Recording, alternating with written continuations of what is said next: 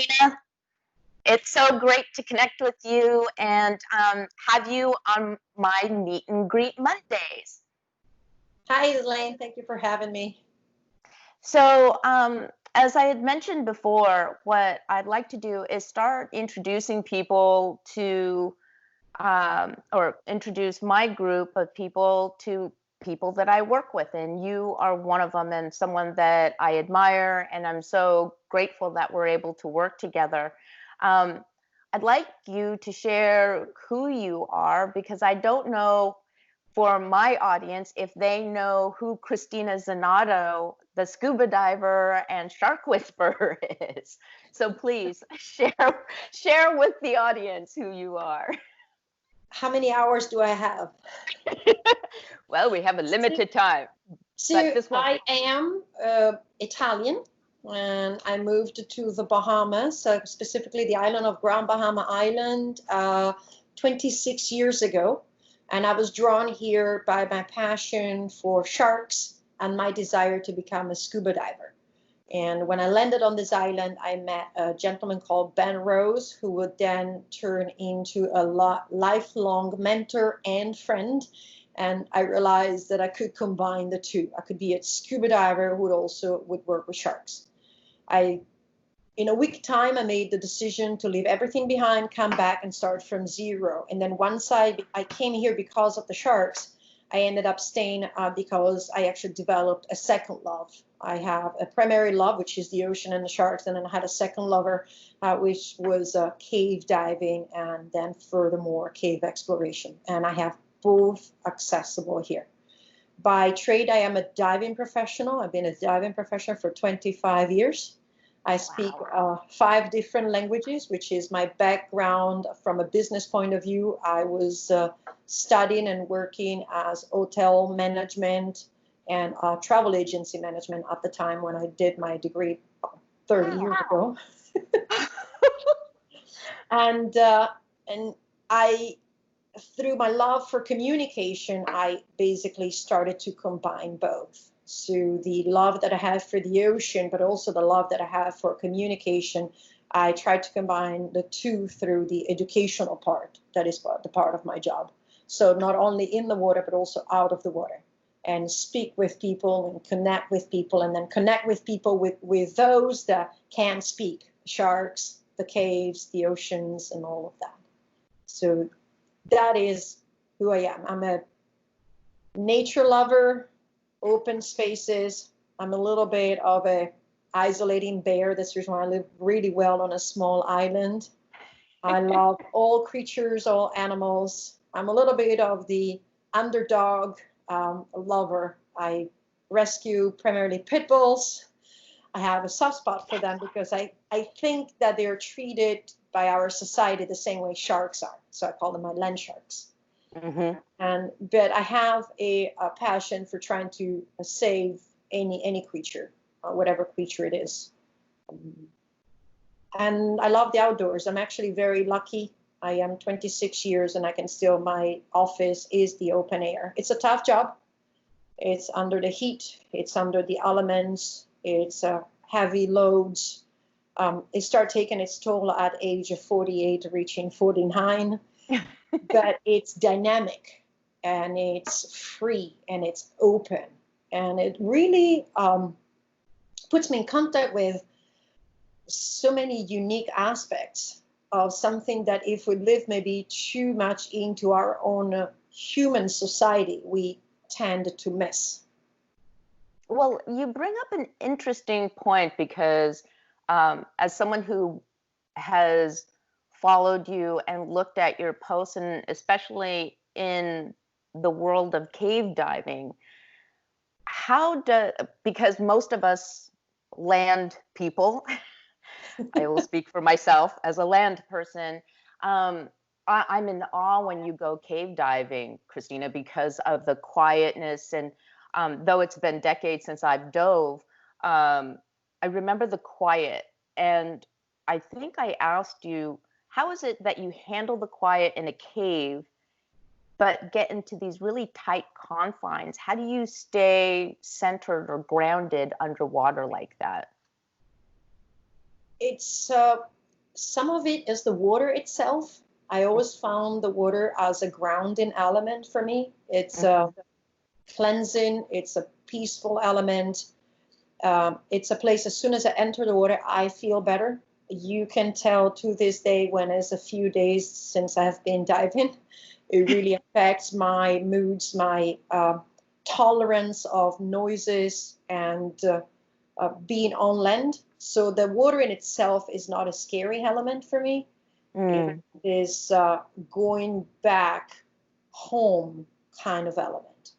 In the cave, it does have that extra element, and I think it's even better. So the ocean, it's not a silent world. This ocean is very noisy. It's all this clicks and pops and squeaks and grunts, and I mean, all the fishes make all sorts of noises and communication.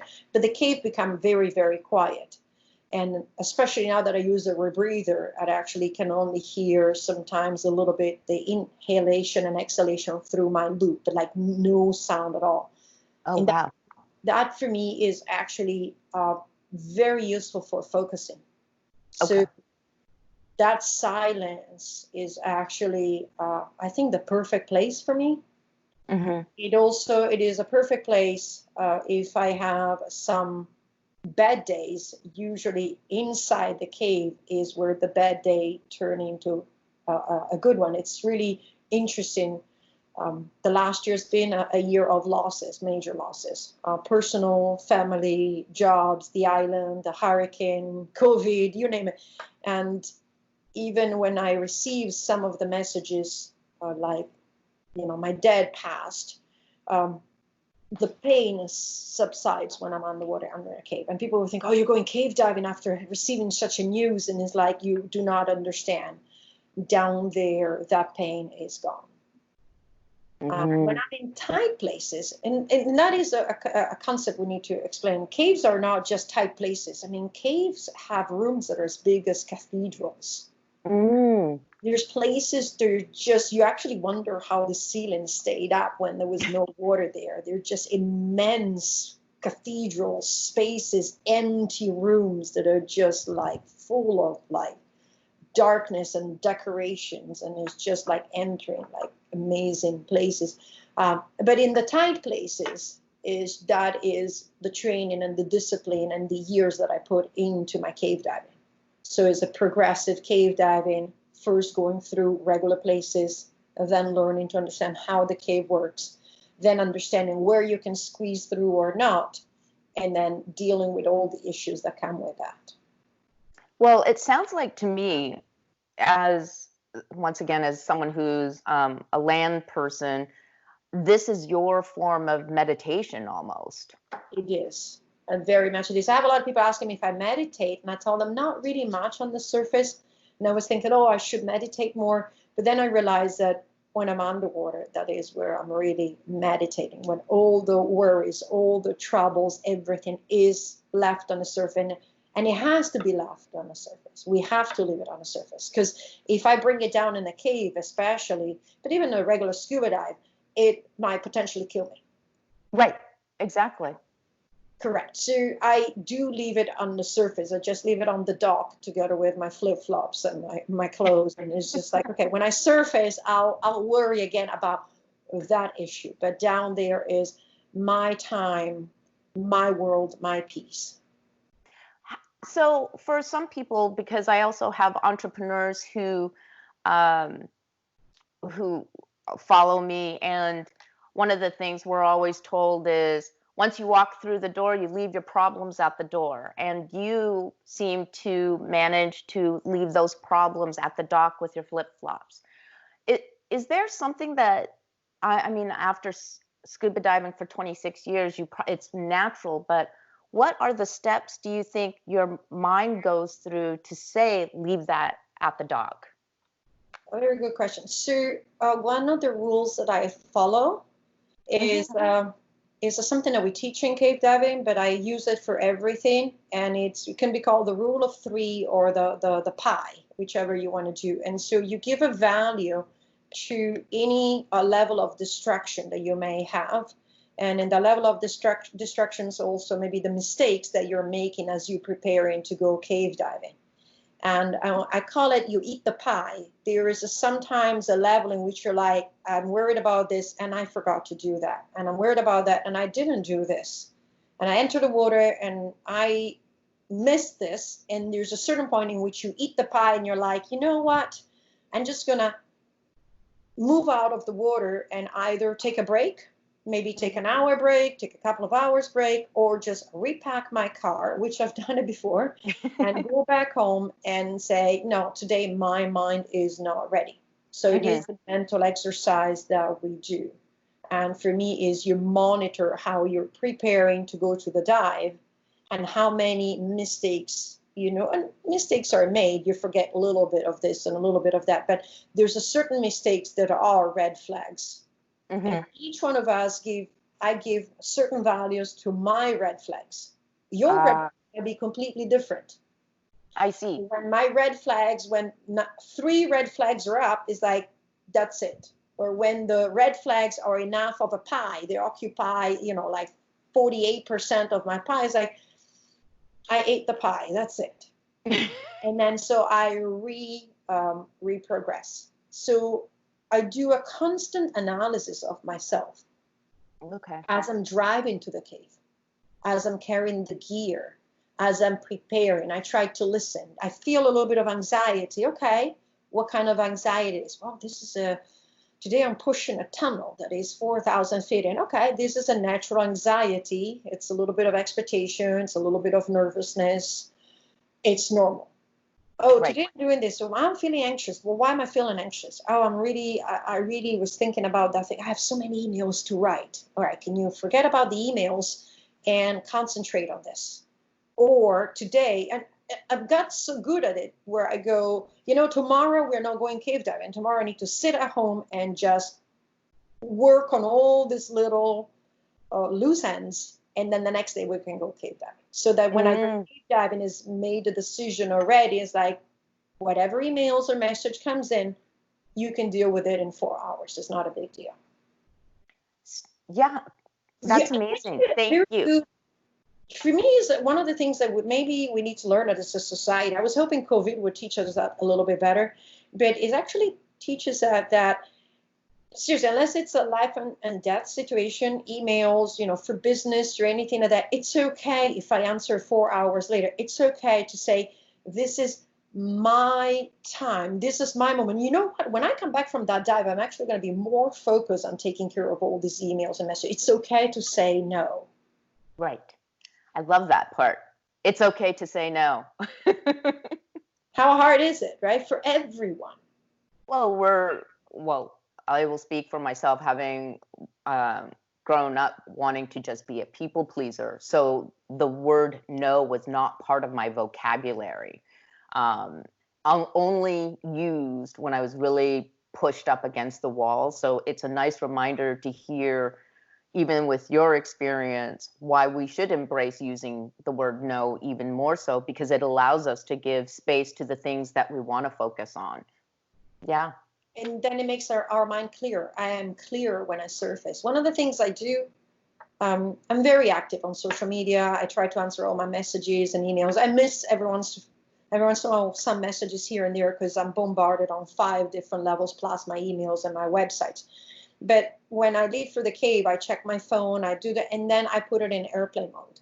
The moment I enter the car, I put my phone in airplane mode, and if I'm by myself, I just drive listening to music. If I want my cave diving buddy, we talk or we keep quiet, but my phone is in airplane mode. And then when we surface from the cave, we fix everything, we start driving back. Sometimes I keep the phone in airplane mode all the way back to my apartment. So you mentioned that you're quite physical or physically active. What types of exercise, Cristina, do you do to maintain the stamina and energy of the kind of rigorous diving you do? I do runs. I do light runs, maybe 3 to 5K, up to 10 kilometers. I run a couple of marathons to fundraise for Project Aware on the Sharks. and it took a excruciating toll on my body and on my time, and also what I was doing for cave diving. I couldn't cave dive while I was training for a marathon. You can only do one or the other. So I do light running, 3, 5, 7, 10K, depending on how I feel, and then I do yoga. Very good strengthening exercise for reinforcing all your joints, your hands, your fingertips, your toes, your ankles, your wrists, and it also helps counteract hiking through the forest with, one tank on your shoulders and a rebreather, carrying 50, 60, 70 pounds, and then do that 3 times before the dive and 3 times after the dive. And then you come home and you do yoga, and you do restorative yoga, you do light stretching, surrendering to the pose. So I say what diving destroys, the yoga repairs. Why not, if you could just repeat that last little part, because all I heard was repairs. You froze for a second. Yes, you too. So what I usually say is what diving destroys, yoga repairs. That's lovely. I'm rough around the edges. I'm not worried about physical work. I am a physical person. I still do quite a lot of heavy work. I'm not afraid to grab a machete and carve my way through, carry gear for kilometers, and then go cave diving and swimming. But then yoga is the one that actually patches off my body when the muscles are screaming. So because at another time we'll talk more about under the water, but outside of the water, I've noticed that you've also been picking up photography again, or getting into photography. Why don't you share about that, Cristina?